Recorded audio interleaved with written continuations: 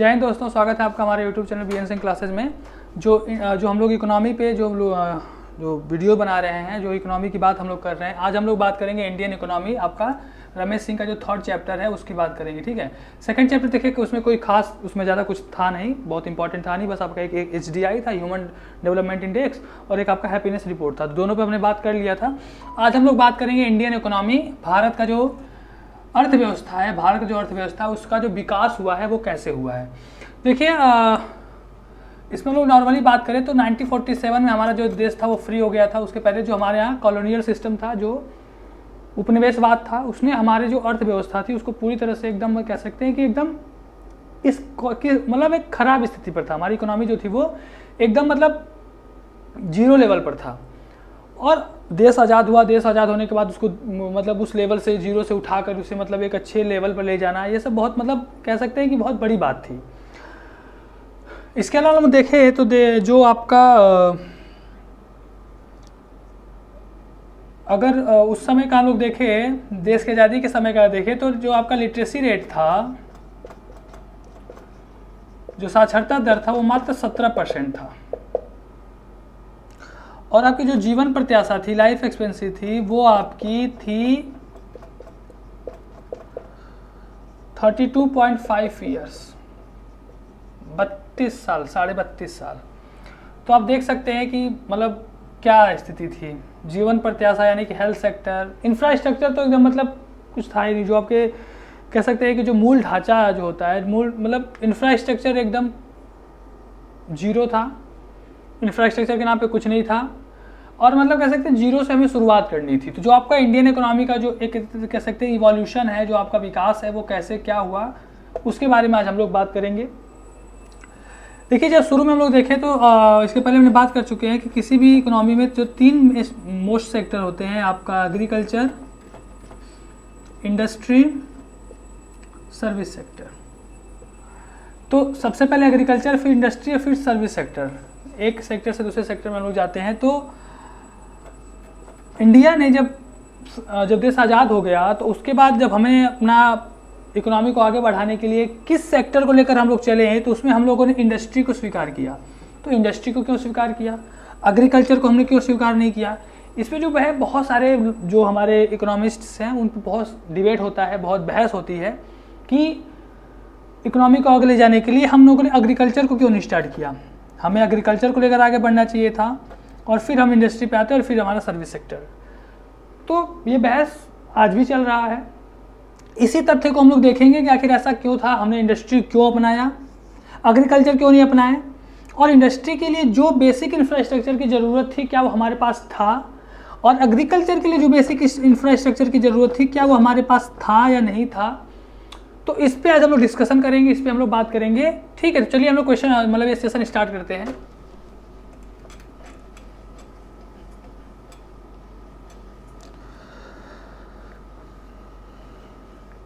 तो एक तरह से देखिए ब्रिटिश काल जो था, मतलब देश की आज़ादी के पहले का जो समय था, वो एक तरह से हमारी जो ग्रोथ थी वो एकदम मतलब ठहराव का स्थिति थी, जैसे पानी एक जगह ठहर जाता है वो स्थिति थी हमारी। अब उसके समय के हम कुछ चीज़ों को अगर हम लोग देख ले तो देखिए जो पहले हम लोग बात करें तो 1600 से लेके 1870 तक जो इंडिया का ग्रोथ रेट था वो 0%। देख रहे हैं, जीरो का मतलब कोई ग्रोथ ही नहीं था, कोई ग्रोथ नहीं था, ठीक है। पर कैपिटा इनकम के पर कैपिटा ग्रोथ की बात करें तो ये था आपका 0.2%, और ये आपका हुआ 1870 से 1947 के बीच। मतलब कि 1600 से 1870 के बीच में 0%, और 1870 से 1947 के बीच में कितना बढ़ा, 0.2%, ठीक है। इसके अलावा और हम लोग देखें तो जो पर कैपिटा इनकम थी, प्रति व्यक्ति जो आपकी आमदनी थी, पर कैपिटा इनकम आपकी जो थी वो 1899 में 18 रुपये पर पर्सन था, और 1870 में 1895 में ये आपका 39 रुपया था। 39 रुपया 5 पैसा।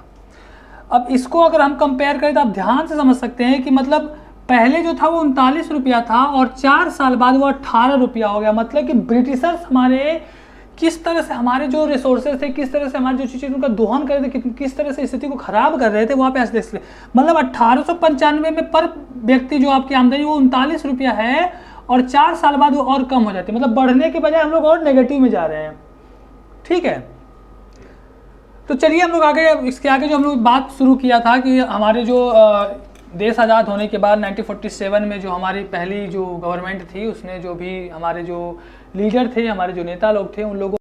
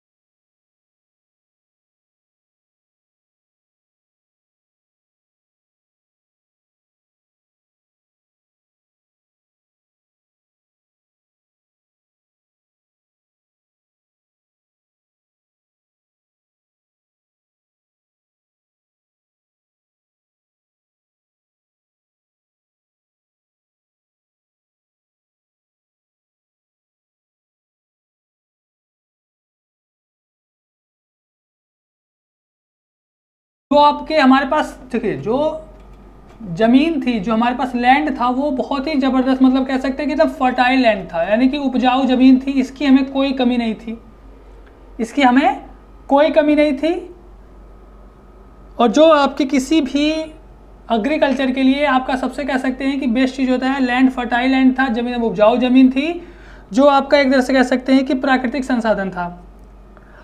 दूसरा हम कह सकते हैं कि जो ह्यूमन कैपिटल है, यानी कि जो मानव पूंजी है, ह्यूमन कैपिटल जो हमको इसमें लगाना है, उसके लिए हमें बहुत ही स्किल्ड लोगों की ज़रूरत नहीं है, स्किल्ड लेबर की ज़रूरत हमें नहीं होती एग्रीकल्चर के लिए। तो इसलिए हम देख सकते हैं कि एग्रीकल्चर हमारा एक प्राइम फैक्टर हो सकता था हमारे कंट्री को आगे ले जाने के लिए, लेकिन फिर भी हम लोगों ने इंडस्ट्री को ही चूज़ किया।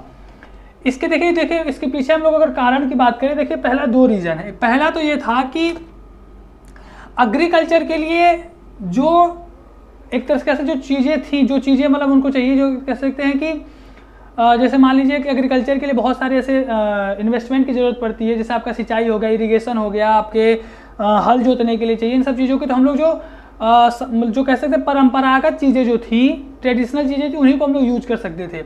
एडवांस चीज़ें हम लोग यूज नहीं कर रहे थे, और इन एडवांस चीज़ों को यूज़ करने के लिए जब तक हम एग्रीकल्चर में इन्वेस्ट नहीं करेंगे, एडवांस चीज़ों को इन्वेस्ट नहीं करेंगे, तब तक एग्रीकल्चर हमारे लिए उतना प्रॉफिटेबल नहीं हो सकता है। तो इसकी हमारे पास कमी थी। सबसे बड़ी प्रॉब्लम क्या थी, हमारे पास तो इन्वेस्टमेंट के लिए पैसे ही नहीं थे ना, तो फिर हम बाहर से उतना चीज़ों को फिर कैसे अफोर्ड करते। तो इसके लिए सबसे पहले हम इंडस्ट्री लगाएं, इन सब चीज़ों को बनाएं, और फिर इन सब चीज़ों से हम एग्रीकल्चर पर इन्वेस्ट करें। दूसरा ये था कि जो आपके उस समय के जो IMF था या इंटरनेशनल मॉनेटरी फंड, ये सब जो थे, ये एग्रीकल्चर जो भी देश एग्रीकल्चर को चूज़ कर रहे थे उनको पिछड़ा देश मान रहे थे, ठीक है, बैकवर्ड कंट्रीज के रूप में रिकॉग्नाइज कर रहे थे, और ये उतना ज़्यादा उसके देश में हेल्प नहीं कर रहे थे, उतना ज़्यादा फंड ये लोग नहीं दे रहे थे।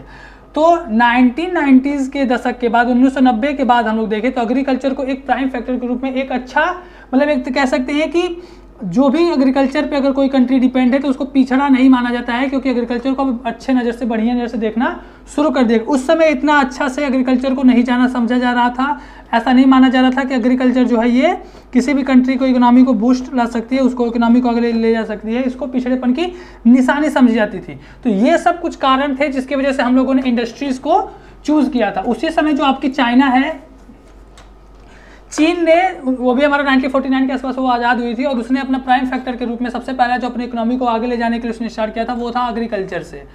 और फिर एग्रीकल्चर से उसने क्या किया कि जो एक्स्ट्रा जो इनकम हो रही थी उससे उसने इंडस्ट्री में इन्वेस्ट किया, और इंडस्ट्री में इन्वेस्ट करने के बाद वो आपका आज देखिए वहाँ का ग्रोथ जो है सबसे ज़बरदस्त है। आज जो कंट्री अपना इंडस्ट्रियलाइजेशन के क्षेत्र में जानी जाती है। तो ये सब ऐसे एग्जाम्पल थे जिसने IMF या जो भी चीज़ें थी जो एग्रीकल्चर को एक पिछड़े के रूप में जानते थे, उनके मुंह पर एक तमाचा के रूप में था। तो ये हमारे कुछ चीज़ें थी जो आज हमने डिस्कस किया। इसके आगे हम लोग और भी चीज़ें डिस्कस करने वाले हैं, ठीक है, कि इंडियन जो हमारी इंडस्ट्री सेक्टर है, इंडियन जो इकोनॉमी है वो कैसे आगे बढ़ी, क्या क्या हुआ, उसके बारे में हम लोग आगे डिस्कस करेंगे। तो हमारा जो चैनल है BN सिंह क्लासेज, प्लीज़ इसे सब्सक्राइब करिए, हमारी वीडियो को लाइक करिए और शेयर करिए, ठीक है। अगर ये वीडियो आप देख रहे हैं तो प्लीज़ हमारे चैनल को सब्सक्राइब करिए, इग्नोर ना करें। थैंक यू, जय हिंद।